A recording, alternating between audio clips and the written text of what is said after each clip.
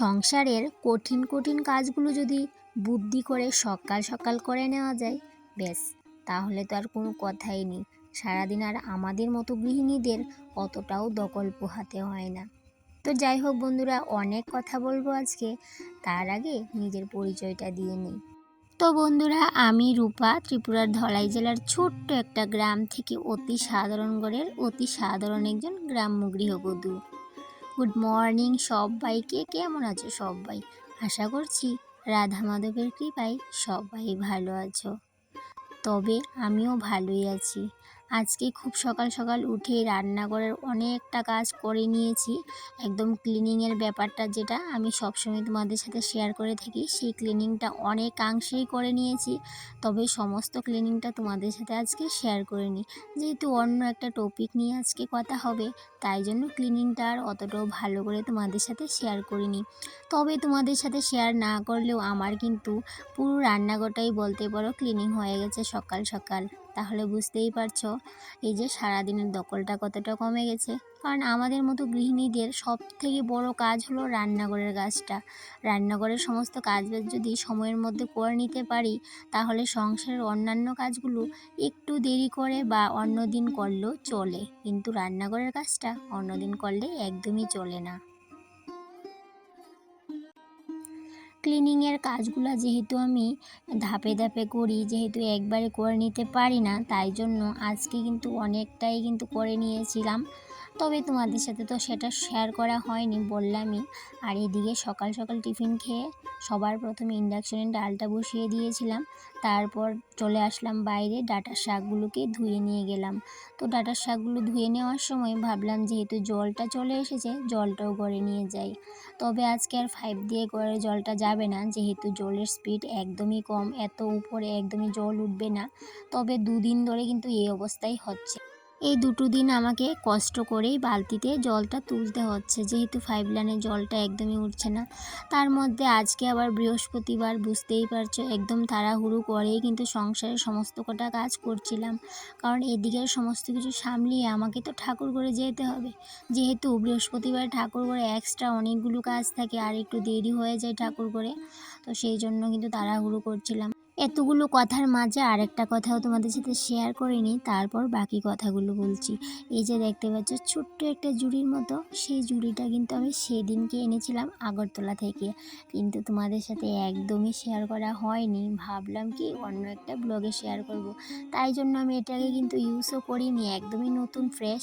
আর এদিকে দেখো আজকে এটাকে নিয়ে এসেছিলাম, এই যে এই বোতলগুলোকে এইভাবে রাখবো বলে। তবে আমি চাইছিলাম আর একটু লম্বা যদি হতো, তাহলে কিন্তু 2 থেকে 3টা বোতল বা 4টা বোতল রাখতে পারতাম।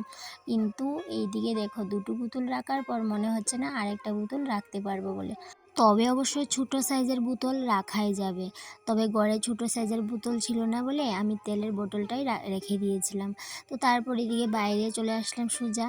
তো আসার আগে আমি ডাঁটার শাকটা করে নিয়েছিলাম, আর সেই সাথে ডালটাকেও কিন্তু আমি ফোড়ন দিয়ে এসেছিলাম। আর ভাত করে নেব, পুজো দেওয়ার পর ভাতটা করব। আর সেই সাথে মাছ আছে ফ্রিজে, সেটাও কিন্তু আমি ভাত রান্না করব যখন, তখন মাছটা ভাজি করে নেব। আজকে মাছের ঝোল করার ইচ্ছে ছিল, কিন্তু মাছের ঝোলটা আর করব না। কারণ মাছের ঝোল থেকে আমাদের ঘরে মাছ ভাজিটাই কিন্তু বেশি পছন্দ করে। তো আমি অবশ্য মাছ ভাজিটাও পছন্দ করি, মাছের ঝোলটাও কিন্তু পছন্দ করি। তবে যেহেতু মাছের ভাজিটা মোটামুটি আমরা সবাই পছন্দ করি, সেই জন্য ভাবলাম না মাছের ঝোলটা আর করি না আজকে। আর যেহেতু আজকে বৃহস্পতিবার, মাছের ঝোল করতে গেলে আরেকটু সময় যাবে, তাই জন্য ভাবলাম না, যখন ভাতটা করব গরম গরম তখন মাছ ভাজিটাও করে নেব। তো এইদিকে সকালবেলায় 1 বালতি কাপড় ভিজিয়েছিলাম, তো সেগুলোকে ধুয়ে নিয়েছি। তারপর বাসন কুসন নিয়ে বসলাম, তো সেইগুলো মেজে এবার স্নানটা সেরে সোজা চলে যাব ঠাকুর ঘরে। তো স্নানটা সেরে নিয়েছি। আর এই যে দেখতে পাচ্ছ এত রৌদ্র উঠেছে, কিন্তু বিশ্বাস করবে না, যখন আমি তোমাদেরকে দেখাবো তখন নিশ্চয় বিশ্বাস করবে। এই যে এত রোদ দেখতে পেয়েছো বাইরে, এই যে রৌদ্রটা কিন্তু একদম এক নিমেষে কিন্তু কালো হয়ে আকাশটা কি বলবো অন্ধকার হয়ে আসছিল। তো ভাবলাম অনেক বৃষ্টি হবে, কিন্তু সেই তুলনায় অতটাও বৃষ্টি হয়নি। এই যে ঘরে আমি পুজো দিচ্ছিলাম, বাইরে কিন্তু মোটামুটি ভালোই বৃষ্টি হচ্ছিল।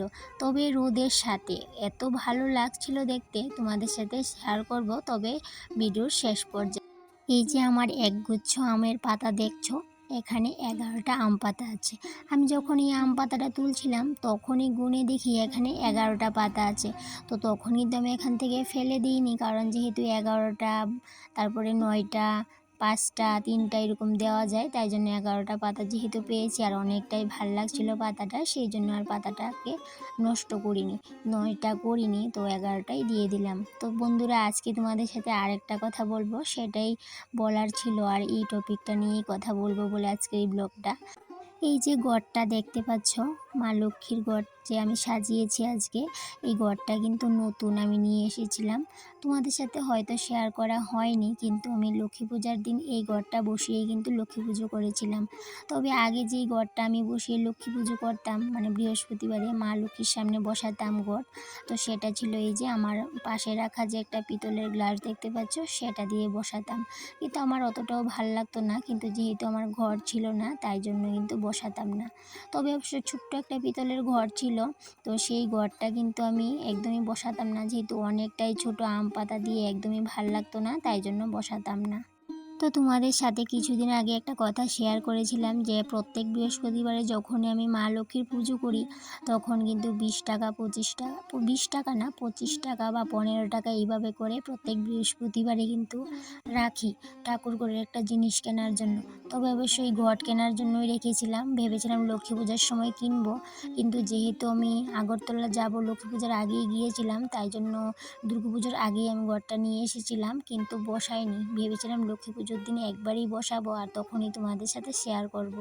তবে লক্ষ্মী পুজোর দিন তো ঘরটা বসিয়েছিলাম, কিন্তু তোমাদের সাথে আর সেই কথাটা শেয়ার করা হয়নি। আর এই যে চাল পূর্ণ করা ছোট্ট পিতলের ঘরটা দেখতে পাচ্ছ, সেটা ছিল আমার আগের ঘর। তবে অবশ্যই ঘরটা ছোট বলে আমি একদমই কিন্তু বসাতাম না।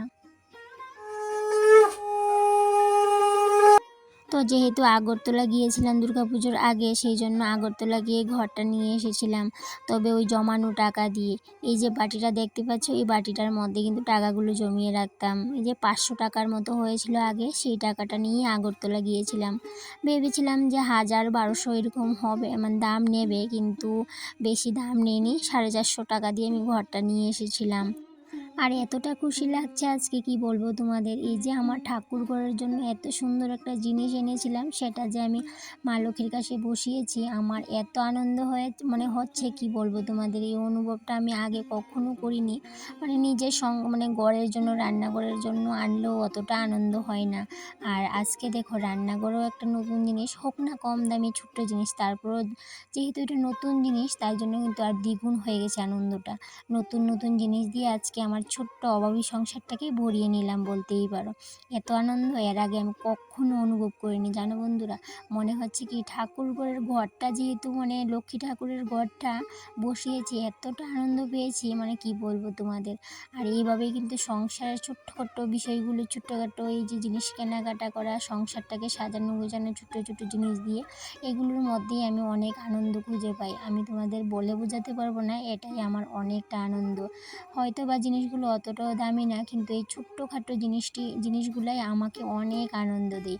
তবে আজকে অন্যান্য দিনের তুলনায় আজকে একটু বেশি আনন্দ হয়েছে, যেহেতু আমি আমার ঠাকুর ঘরের জন্য সুন্দর একটা জিনিস নিয়ে এসেছি।